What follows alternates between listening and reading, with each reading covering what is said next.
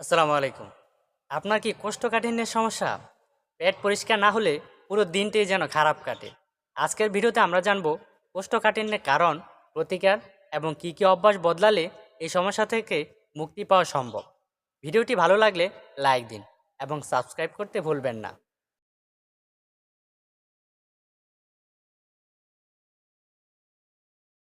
কোষ্ঠকাঠিন্য কেন হয়? ১. পর্যাপ্ত আঁশযুক্ত খাবার না খাওয়া। ২. পানির অভাব। ৩. অনিয়মিত জীবনযাপন। ৪.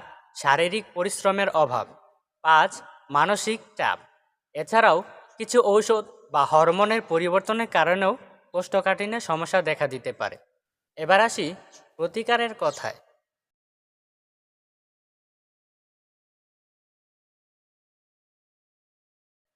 নাম্বার ১, প্রতিদিন অন্তত ৮ থেকে ১০ গ্লাস পানি পান করুন।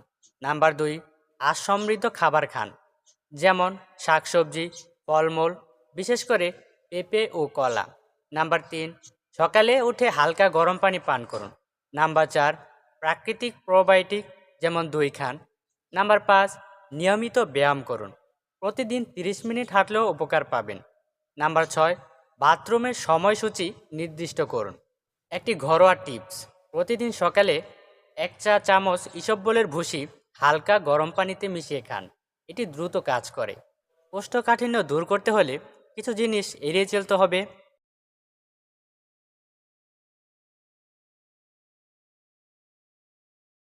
নাম্বার ১, অতিরিক্ত প্রসেস ফুড যেমন ফাস্ট ফুড ও জাঙ্ক ফুড এড়িয়ে চলতে হবে।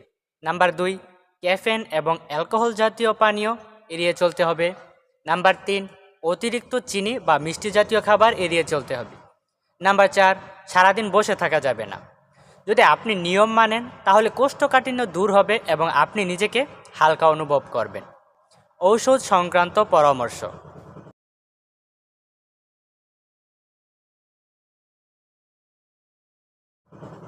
যদি ঘরোয়া উপায়ে সমস্যার সমাধান না হয় তাহলে ডাক্তারের পরামর্শ নিতে হবে। কিছু সাধারণ ওষুধ হলো ইসবগুলের ভুসি, যা প্রাকৃতিক ল্যাক্সোটিভ হিসেবে কাজ করে।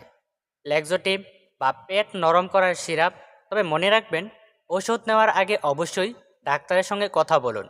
যারা দীর্ঘদিন ধরে সমস্যায় ভুগছেন তারা নিজেরা চিকিৎসা করবেন না।